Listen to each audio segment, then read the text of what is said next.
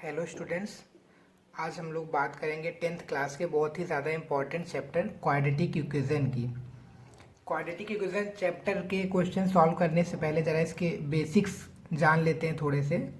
और उन बेसिक्स को जानने के लिए नॉर्मल से एक माइंड मैप बनाया गया है, जैसा कि आप लोग देख रहे हैं।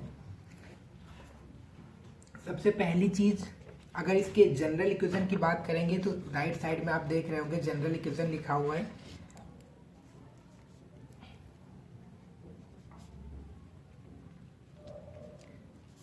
क्वाड्रेटिक इक्वेशन की जो जनरल इक्वेशन होती है A X square plus B x plus C is equal to zero, जो कि एक्स जो है वो हमारा वेरिएबल होता है। ये जो क्वाड्रेटिक इक्वेशन है ये एक्स वेरिएबल में बोली जाएगी। ये वाई में भी हो सकती है, कुछ भी हो सकता है। A Y square plus B Y plus C is equal to zero. जैसा कि आप यहाँ पर देख रहे हैं जनरल फॉर्म आपको दिख रहा है, A X square plus B x plus C is equal to zero, जहाँ पर ए बी और सी क्या है, रियल नंबर्स हैं। ए की वैल्यू ज़ीरो नहीं हो सकती है। अगर क्वाड्रेटिक इक्वेशन हमको चाहिए तो वहाँ पर ए की वैल्यू ज़ीरो नहीं कर सकते हैं। उसका रीज़न ये है, आप देख सकते हैं, अगर ए की वैल्यू हमारी ज़ीरो हो जाएगी तो एक्स स्क्वायर का कोफिशिएंट ज़ीरो, मतलब ये वाला टर्म पूरा ज़ीरो हो जाएगा। और अगर क्वाड्रेटिक इक्वेशन मतलब पावर टू नहीं है तो वो हमारी क्वाड्रेटिक इक्वेशन नहीं बोली जाएगी। उसके अलावा x ज़ीरो हो सकता है, मतलब b ज़ीरो हो सकता है। अगर b ज़ीरो तो ये वाला टर्म मिसिंग हो जाएगा, मतलब A X square plus C is equal to zero. या फिर ये जो कांस्टेंट टर्म है c, ये भी हमारा ज़ीरो हो सकता है, A X square plus B X is equal to zero. Quadratic ये भी बोली जाएगी, क्वाड्रेटिक ये भी बोली जाएगी। लेकिन अगर हमारा ए ज़ीरो हो जा रहा है तो ये ज़ीरो कर देगा, तो वहाँ पर जो हमारी इक्वेशन बचेगी वो B x plus C is equal to zero.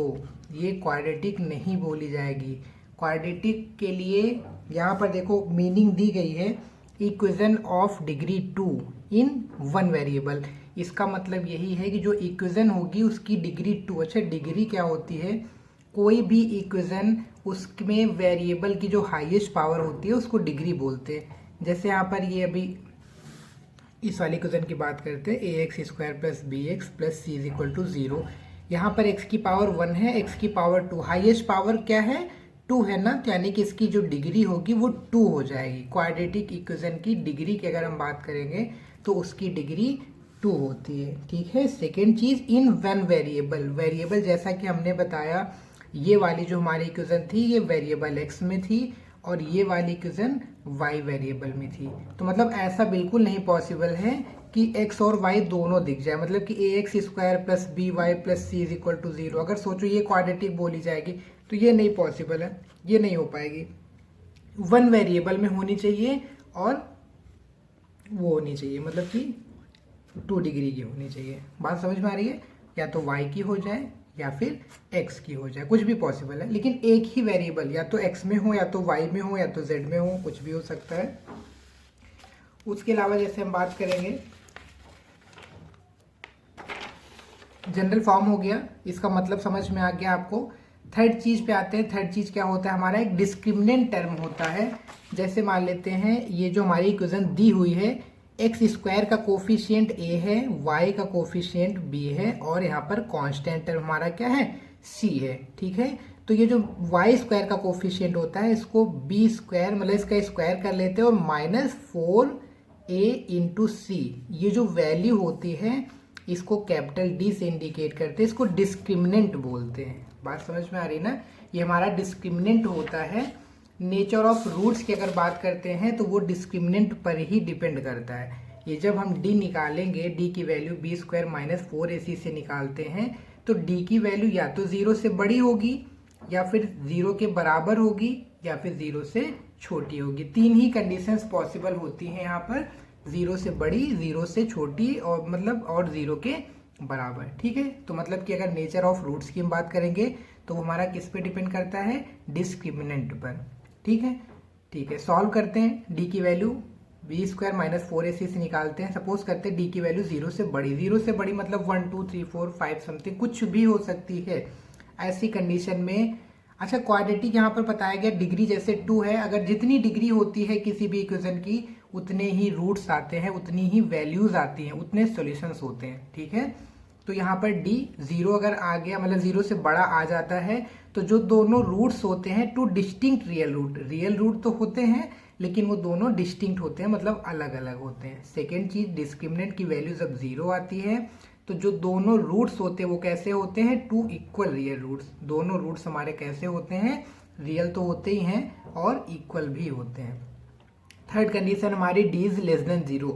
0 से छोटा होने का मतलब माइनस में चला जाए, -1 -2 -3 समथिंग जो भी है, 0 से लेस कुछ भी हो सकता है।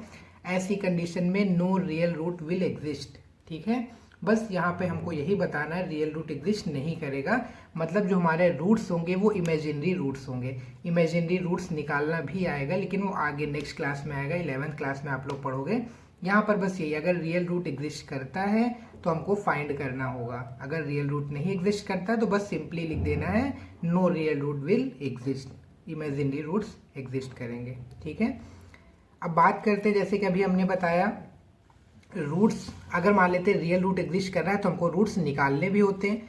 तो रूट्स निकालने का यहाँ पर 3 तरीका बताया गया आपके यहाँ 10th क्लास में, जो है वो 3 मेथड से हम वो रूट्स निकाल सकते हैं। जीरोस जो होते हैं, एक्स की 2 वैल्यूज आएंगी, जैसे मान लेते हैं क्वाड्रेटिक इक्वेशन है ये, अभी हम जो इस इक्वेशन की बात कर रहे थे, एक्स की पावर 2 है, ये तो खैर यहाँ वाई ले लिया गया, एक्स कर लेते, एक्स की मैक्सिमम पावर 2 है ना, तो यहाँ पर एक्स की 2 वैल्यूज आएंगी, हो सकता है x2 आ जाए, x -3 आ जाए, इस तरीके से x की 2 वैल्यूज आएंगे। जो 2 वैल्यूज होती हैं उन्हीं को रूट्स बोलते हैं, उन्हीं को सॉल्यूशंस बोलते हैं ना। तो कैसे फाइंड करेंगे, उसके 3 तरीके होते हैं। पहला completing the square, second factorisation, इसको कुछ लोग मिडिल टर्म स्प्लिट नाम से भी जानते हैं, मिडिल टर्म को स्प्लिट किया जाता है, इसको फैक्टराइजेशन मेथड बोलते हैं। थर्ड चीज जो होती है वो हमारी क्या होती है, क्वाड्रेटिक फार्मूला। हमारा एक क्वाड्रेटिक फार्मूला होता है x की वैल्यू निकालने के लिए -b plus minus under root में डिस्क्रिमिनेंट रखते हैं, डिस्क्रिमिनेंट मतलब b² - 4ac अपॉन 2a। ये क्वाड्रेटिक फार्मूला होता है, श्रीधराचार्य जी ने दिया था इसको, कहीं कहीं श्रीधराचार्य फार्मूला नाम से भी इसको जाना जाता है। बी समझ में आ रहा होगा, जनरल फार्मूला जो हमने भी नोट किया था, ax² + bx + c = 0। X square का कोफिशिएंट मतलब एक्स स्क्वायर के साथ प्रोडक्ट में जो भी होता है वो हमारा a होता है, एक्स के साथ जो मल्टीप्लाई में प्रोडक्ट में होता है वो हमारा b होता है, ये जो कांस्टेंट टर्म होता है ये c होता है।